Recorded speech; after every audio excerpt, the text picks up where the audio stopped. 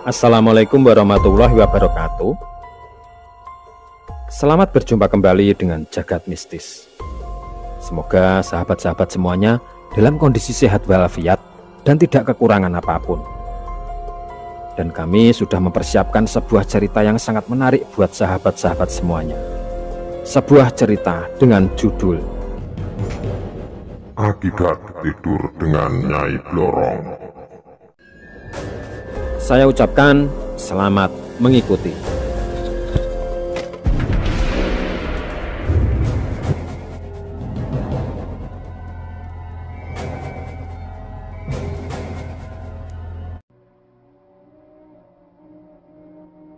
Keringat dingin mulai membasahi pelipis Hasto.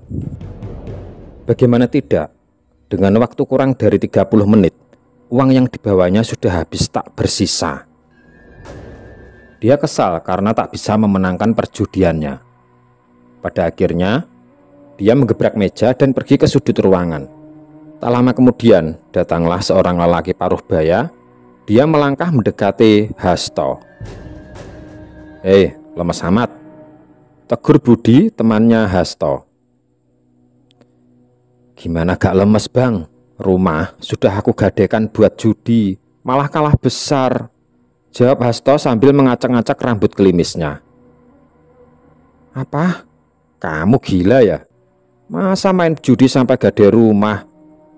Kamu gak punya otak memang." Mendengar perkataan Budi, Hasto langsung melotot.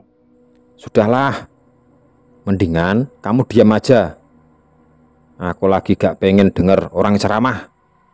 Cukup istriku saja yang ceramah," jawab Hasto ketus kepada Budi. "Santai dong bro, aku punya saran buat kamu. Bagaimana supaya kamu bisa mendapatkan uang buat main judi lagi?" kata Budi sambil nyengir kuda. "Wah, kamu serius? Bagaimana caranya?" "Ya istrimu, kamu sewakan ke Pak Barno. Nanti dia pasti bakal kasih kamu uang yang banyak. Istrimu kan cantik." "Waduh, kamu kalau memberi saran yang benar, masa menyuruhku menjual istriku sendiri? Itu lebih tidak punya otak dari gade rumah," saut Hasto agak tersinggung. "Ya itu terserah kamu. Yang penting aku sudah memberi saran buatmu. Aku pulang dulu. Istriku sudah menelpon dari tadi. Kamu pikir dulu saja tawaranku tadi. Nanti kalau sudah yakin, aku antar kamu ke rumahnya Pak Barno," ucap Budi sambil melambaikan tangan kepada Hasto. Akhirnya Hasto pulang dengan langkah gontai. Sesampainya di rumah, dilihatnya Wati masih sibuk dengan tumpukan cucian baju tetangga. Rasa bersalah kembali menghantui pikiran Hasto melihat istrinya bekerja begitu keras. Namun lagi-lagi pikirannya sudah dibutakan oleh kebiasaan buruknya bermain judi. Wati ini adalah seorang istri yang setia dan rajin bekerja.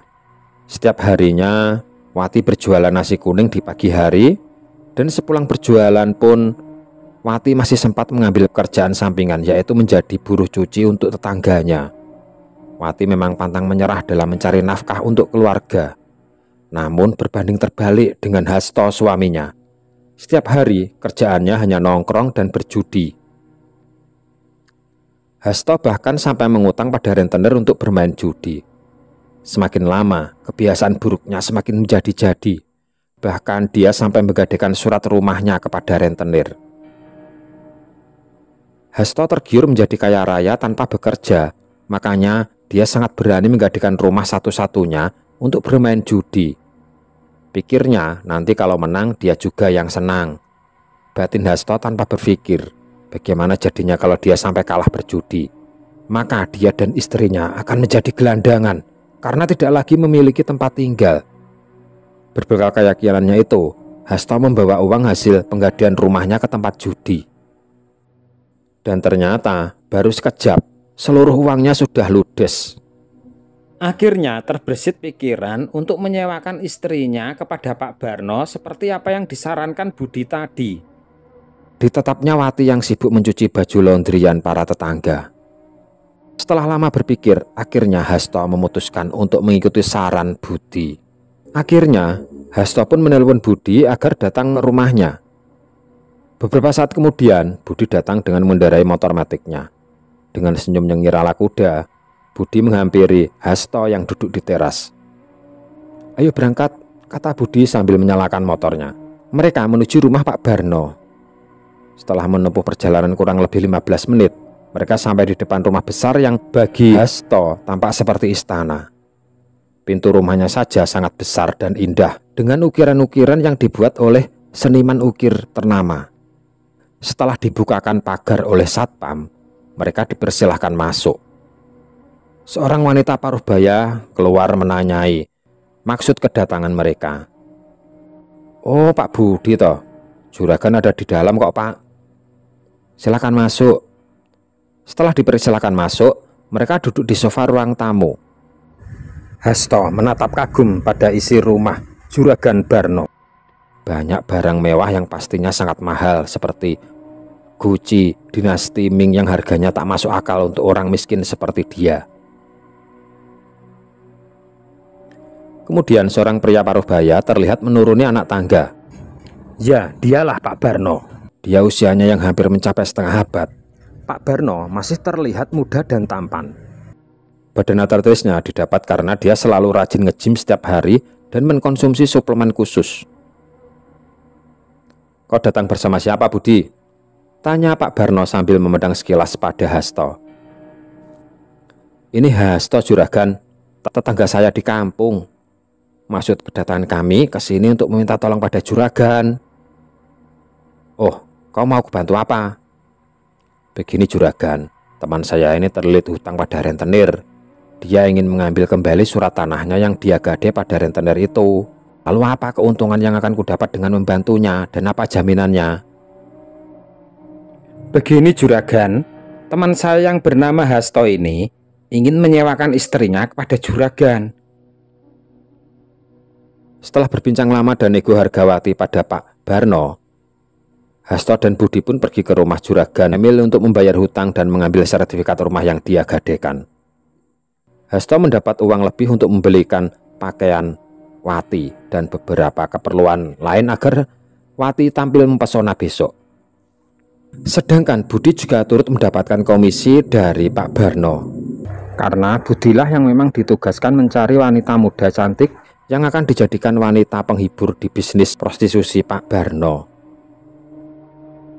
Pagi itu Wati sudah terlihat cantik dengan balutan dress seksi warna maron. Polesan make up juga membuat keayuan wanita itu semakin terpancar. Hasto tercengang melihat Wati saat dia melangkah keluar dari dalam kamar. "Kamu cantik sekali, Dek." "Makasih, Mas." Ucapan Hasto membuat Wati tersipu malu. Sebuah mobil berhenti di depan pagar bambu rumah Hasto. Melihat supir Pak Barno datang, Hasto segera mengajak Wati masuk dan berangkat. Selama perjalanan, Hasto lebih banyak termenung. Beda dengan Wati yang riang gembira karena merasa senang diajak pergi oleh Hasto. Wati tidak tahu kalau sebuah petaka telah menunggunya. Tak lama kemudian, mobil yang ditumpangi oleh Hasto dan Wati memasuki halaman villa. "Akhirnya kamu datang juga, Hasto," seru Pak Barno kepada Hasto. "Ya Pak, maaf tadi macet soalnya." "Yaudah, gak apa-apa." "Oh ya Wati, perkenalkan, ini Pak Barno. Ini majikan Mas. Beliau juga pemilik villa ini," kata Hasto mengenalkan Pak Barno kepada Wati. Kemudian Wati dan Pak Barno saling berjabat tangan. Namun Wati merasa sedikit aneh karena Pak Barno melihatnya dengan tatapan lain dan juga mengelus tangannya saat berjabat tangan. Namun Wati tetap mencoba positive thinking dan mengira Pak Barno tidak sengaja. Tak lama kemudian, ada pembantu yang membawakan minuman, 2 gelas kopi dan segelas sirup untuk Wati. "Mari silakan diminum dulu." kata Pak Barno kepada Wati dan Hasto. Wati merasa heran karena kata suaminya, mereka diundang ke villa karena ada pesta. Pak Barno mengundang semua anak buahnya. Namun sampai lebih 30 menit, belum ada orang lain yang datang. Sirup yang disuguhkan pun sudah habis tandas. Wati yang penasaran pun bertanya kepada suaminya dengan berbisik lirih. "Mas, kok tamu yang lain belum pada datang sih?" "Sabar sayang, mungkin mereka masih kena macet. Ini kan musim liburan, jalan ke villa pasti macet." Pak Barno yang melihat gelagat aneh pada Wati hanya tersenyum simpul. Pak Barno kemudian memberikan kode kepada Hasto untuk mengikutinya. Hasto yang paham pun mengangguk. "Sebentar ya sayang, Mas ada yang mau dibicarakan dengan Pak Barno?" "Iya Mas," jawab Wati singkat tanpa curiga sedikit pun. Sampai di dapur, Pak Barno berkata kepada Hasto, "Hasto, lebih baik kamu pulang. Buatlah alasan kepada istrimu kalau kamu akan keluar mengambil sesuatu yang ketinggalan atau menjemput rekanmu yang lagi nyasar," ujar Pak Barno. "Tapi Pak, kapan Wati akan dikembalikan? Tolong jangan sakiti Wati ya Pak. Saya mohon," ujar Hasto sambil memelas kepada Pak Barno. "Tenang Hasto, aku tidak akan menyakiti istrimu. Oh ya, ini ada tambahan ongkos buat kamu pulang pakai taksi." Pak Barno mengeluarkan 10 lembar uang merah dari sakunya. Hasto awalnya enggan menerimanya karena dia tahu semakin banyak dia menerima uang dari Pak Barno, maka Wati akan semakin lama dalam cengkramannya. Namun apa mau dikata, orang berkata uang bukan segalanya, namun segala sesuatu membutuhkan uang. Akhirnya Hasto menerima uang itu dan memasukkan ke saku celananya. Kemudian saat kembali ke ruang tamu, Wati sudah tidak sadarkan diri di sofa. Pak Barno yang melihatnya pun tersenyum sumringah. Kemudian dia memerintahkan Hasto segera pulang. Sedangkan Wati digotong oleh satpam villa dan supir pribadi Pak Barno ke dalam kamar kedap suara di lantai 2. Setelah satpam dan supirnya membaringkan Wati di ranjang, Pak Barno menyuruh mereka semua keluar. Beberapa saat kemudian, Wati pun tersadar dari pingsannya. Dia sangat terkejut sekali ketika mendapati dirinya berada di dalam kamar bersama Pak Barno. "Loh, Pak, saya kok ada di sini?" tanya Wati keheranan. Dengan tersenyum menyeringai, Pak Barno pun menjawab, "Perlu kamu ketahui, Wati, suamimu telah menyewakan dirimu padaku untuk dijadikan wanita penghibur selama 3 bulan. Suamimu itu telah kalah judi dan sertifikat rumahnya gadekan kepada Pak Emil. Dan uang dari menggadekan rumahmu itu sudah ludes di meja judi. Sekarang dia butuh uang untuk menebus sertifikat rumahmu dengan cara menyewakanmu kepadaku. Jadi kamu harus bekerja di sini sebagai wanita penghibur selama 3 bulan. Mendengar hal itu, Wati langsung berteriak kalau dia tidak mau. Namun percuma saja, karena Pak Barno langsung pergi dan mengunci kamar itu. Wati pun menangis dan hatinya hancur. Dia sendiri sebenarnya menyadari kalau kelakuan suaminya selama ini memang sangat keterlaluan. Namun dirinya tidak menyangka jika suaminya setega itu menyewakan dirinya untuk dijadikan wanita penghibur di rumah bordilnya Pak Barno. Beberapa saat kemudian terdengar suara pintu diketuk. Wati kebingungan, dibuka atau tidak pintunya. Karena pintu tidak kunjung dibuka, akhirnya orang yang mengetuk pintu itu membuka sendiri pintunya. Terlihat seorang pemuda tampan memasuki kamar tersebut. Pemuda itu sangat heran melihat di dalam kamar ada wanita yang sedang menangis. Mungkin dalam hati pemuda itu, biasanya di tempat seperti ini yang ada adalah seorang wanita yang akan melayani dan merayu tamunya. Namun kenapa kok malah ada wanita menangis? Ketika lelaki itu mendekat, Wati langsung menjauh dan berteriak, "Jangan sentuh aku, jangan sentuh aku." Pemuda itu pun langsung berkata, Tenang mbak, aku datang ke sini tidak untuk berbuat seperti itu." Sejenak Wati terdiam. Namun kemudian dia bertanya, "Lantas mau apa Anda kemari? Bukankah semua lelaki yang mau ke sini akan berbuat seperti itu?" Kemudian lelaki itu memperkenalkan dirinya kalau dia bernama Handoko. Ternyata Handoko ini seorang konten kreator yang kebetulan sedang membuat konten tentang wanita malam. Jadi untuk mendapatkan bahan dan referensi, dia harus masuk ke dunia malam untuk mewawancarai para wanita penghibur. Namun walaupun hanya mewawancarai, Handoko tetap membayar tarif dari wanita malam itu sesuai tarif pada umumnya. Setelah menjelaskan siapa dirinya dan apa tujuannya, Handoko balik bertanya kepada Wati, kenapa dirinya tidak seperti wanita-wanita malam lainnya. Kemudian Wati pun menjelaskan semua permasalahan dirinya, mulai dari suaminya yang suka judi, dan selama ini justru dia yang menjadi tulang punggung mencari nafkah keluarganya. Bahkan sampai suaminya kalah judi dan menyewakan dirinya untuk membayar hutang dan menebus rumah yang digadaikan. Mendengar penjelasan Wati, Handoko pun menggeleng-gelengkan kepalanya dan berkata, "Kok ada ya lelaki seperti itu? Dia itu benar-benar binatang, bukan manusia," kata Handoko dengan geram.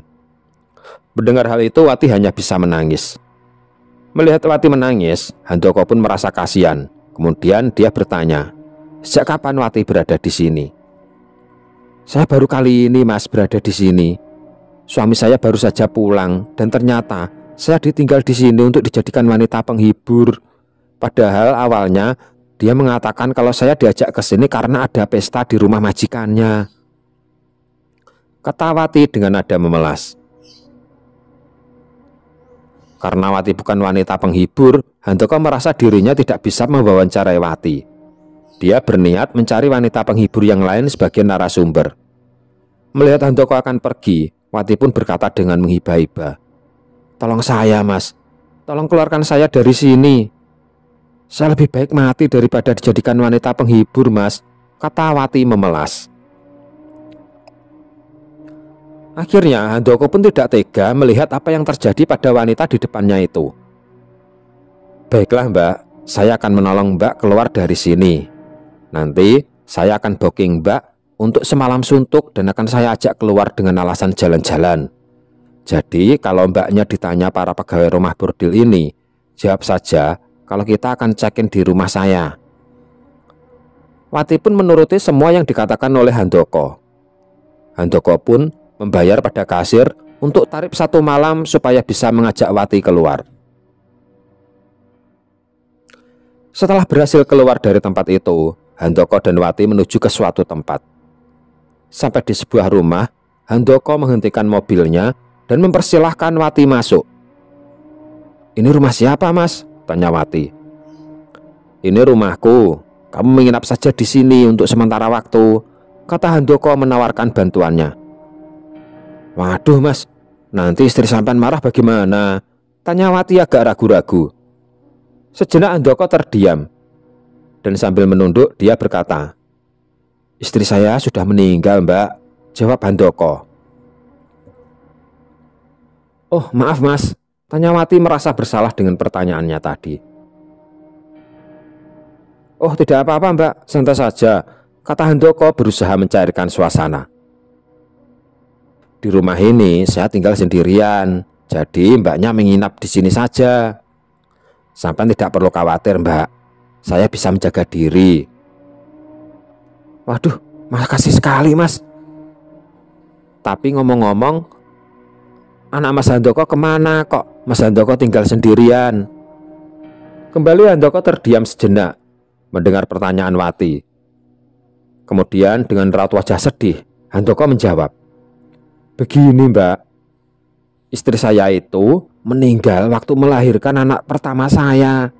Dan ternyata anak saya juga nyawanya tidak tertolong." Mendengar jawaban Handoko, Wati pun langsung menutup mulutnya karena terkejut. Kemudian dia menepuk jidatnya. "Waduh, maaf sekali Mas, aku tidak tahu, maaf ya Mas dengan pertanyaanku yang aneh-aneh." Melihat tingkah laku Wati, Handoko hanya tersenyum. Kemudian mempersilahkan Wati masuk ke rumahnya. Beberapa hari kemudian, terlihat Pak Barno sangat marah di depan rumahnya. Lelaki itu sangat marah karena mendapati Wati sudah melarikan diri.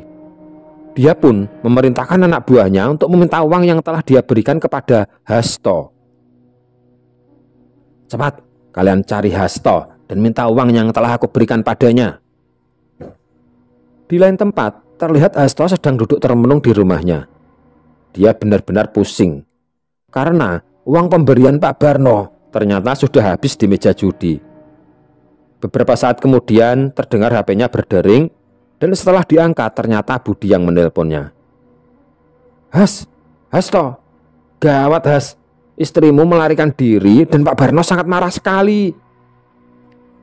Para anak buahnya sedang menuju ke tempatmu untuk meminta kembali uang yang telah diberikan kepadamu." Mendengar apa yang dikatakan Budi, Hasto pun sangat terkejut. "Terus sekarang Wati ada di mana?" tanya Hasto. "Ya mana aku tahu, aku kira dia pulang ke rumahmu," jawab Budi dengan nada tinggi. Hasto pun langsung menyaut, "Tidak Bud, aku terakhir bertemu Wati ya di rumahnya Pak Barno beberapa hari yang lalu. Setelah itu, aku kira dia sedang bekerja di rumah bordelnya Pak Barno." Dalam telepon terdengar kalau Budi benar-benar sangat marah karena gara-gara masalah ini dia benar-benar dimarahi Pak Barno habis-habisan. Tiba-tiba Hasto mendengar ada 4 orang tinggi besar mengendarai sepeda motor dan berhenti di depan rumahnya. Melihat hal itu, Hasto pun langsung masuk ke rumahnya. Dan dia melarikan diri lewat belakang rumah dan langsung turun ke sungai.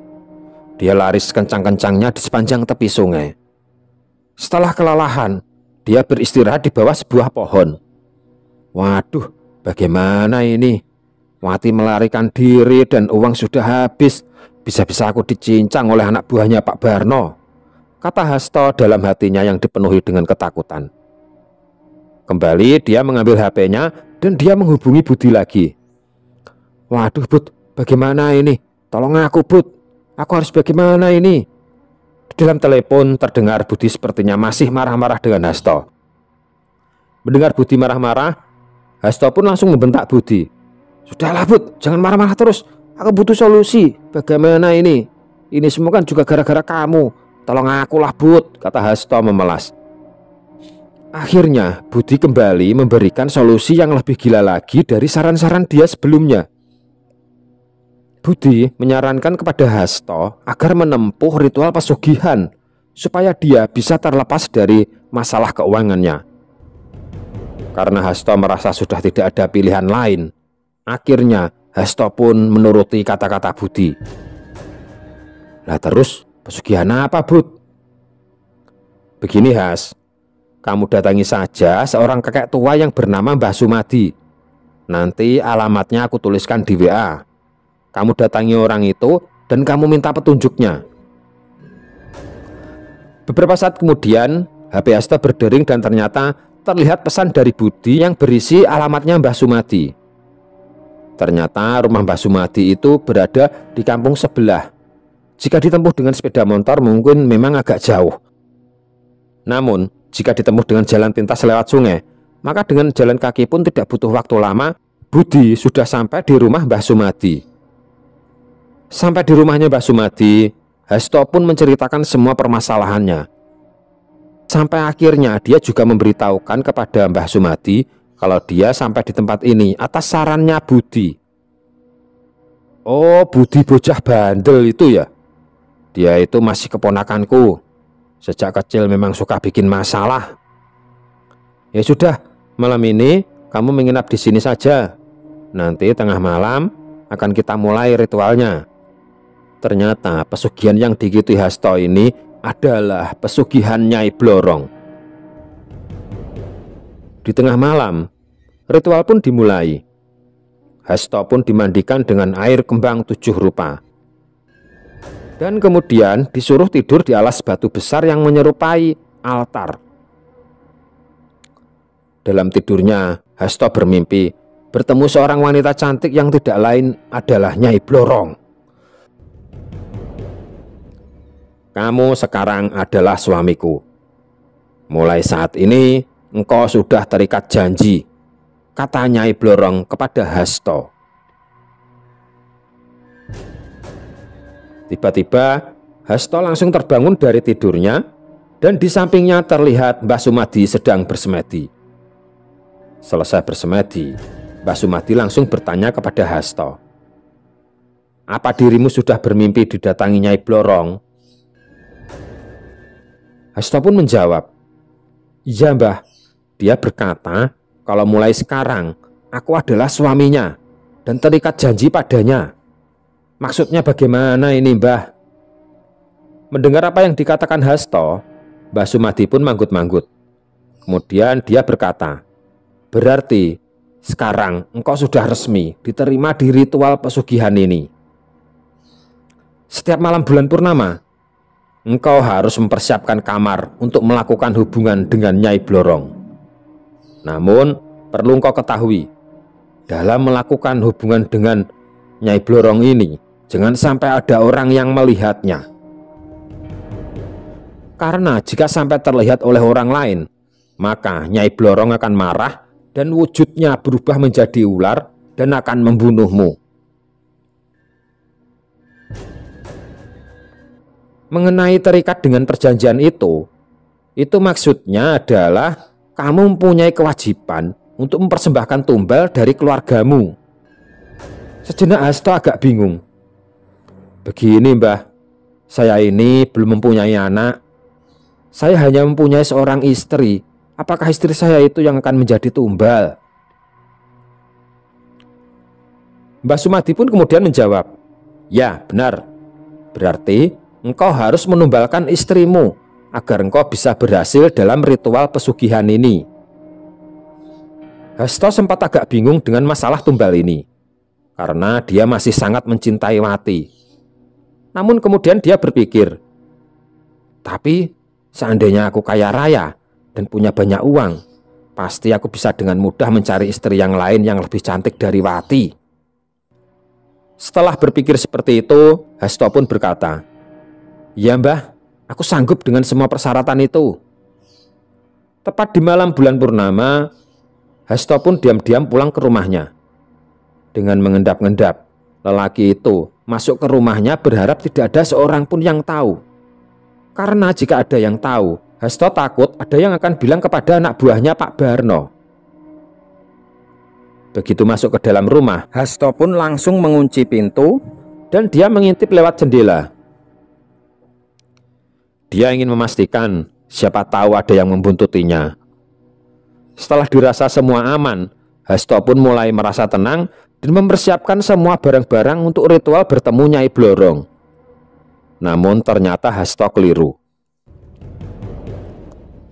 Di seberang jalan, tepatnya di balik sebuah pohon besar, ternyata ada sepasang mata yang mengawasi. Ternyata dia adalah salah satu anak buah Pak Barno.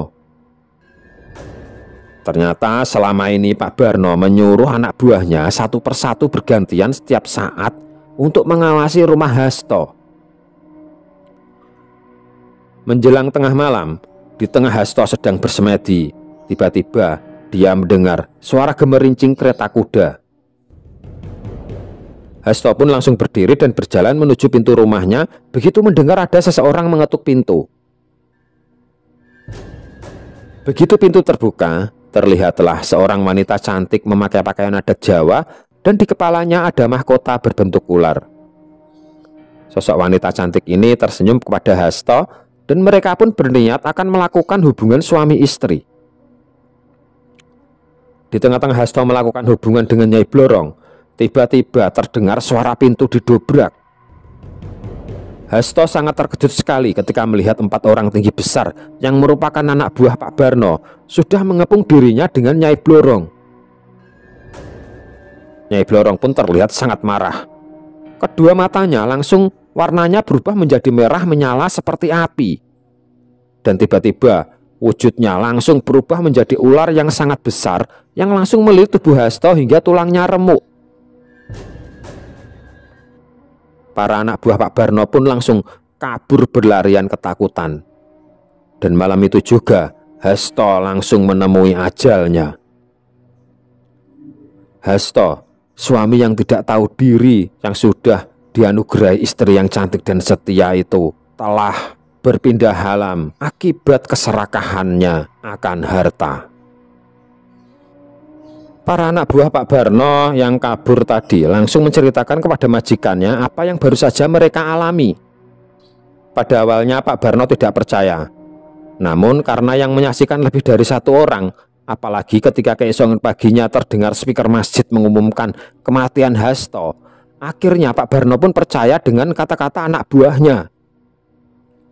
Mau tidak mau dia harus merelakan uangnya yang sudah dibawa oleh Hasto. Pak Barno benar-benar geram. Selain uangnya tidak kembali, ternyata Wati juga tidak jelas di mana rimbanya. Di malam bulan purnama berikutnya, ternyata Nyai Blorong masih mencari keempat anak buahnya Pak Barno. Hal ini dikarenakan mereka sudah menyaksikan hubungan siluman ular ini dengan Hasto. Dan bagi siapapun yang sudah menyaksikan dirinya sedang berhubungan badan, maka akibatnya adalah kematian. Namun naasnya, ular besar penjelmaan Nyai Blorong ini menyerang keempat orang tersebut di saat mereka sedang berkumpul dengan Pak Barno. Semua orang yang ada di ruangan tersebut ternyata tidak ada yang dibiarkan hidup oleh Nyai Blorong. Pak Barno dan seorang wanita penghibur yang tidak tahu apa-apa, akhirnya mereka ikut menjadi korban keganasan Nyai Blorong yang sebenarnya hanya mengincar keempat anak buahnya itu. Beberapa tahun kemudian, terlihat seorang wanita dan seorang pria sedang berziarah di makamnya Hasto. Ternyata mereka adalah Handoko dan Wati. Handoko dan Wati sudah menjadi sepasang suami istri. Ternyata segala kesulitan dan mara bahaya yang dihadapi Wati selama ini mungkin adalah salah satu jalan agar dirinya terlepas dari kebiadaban Hasto. Dan mungkin juga itu adalah sebuah jalan yang akan mempertemukan dia dengan Handoko, seorang pemuda tampan yang mau mencintai dirinya dengan tulus dan berusaha menjaga dan membahagiakannya.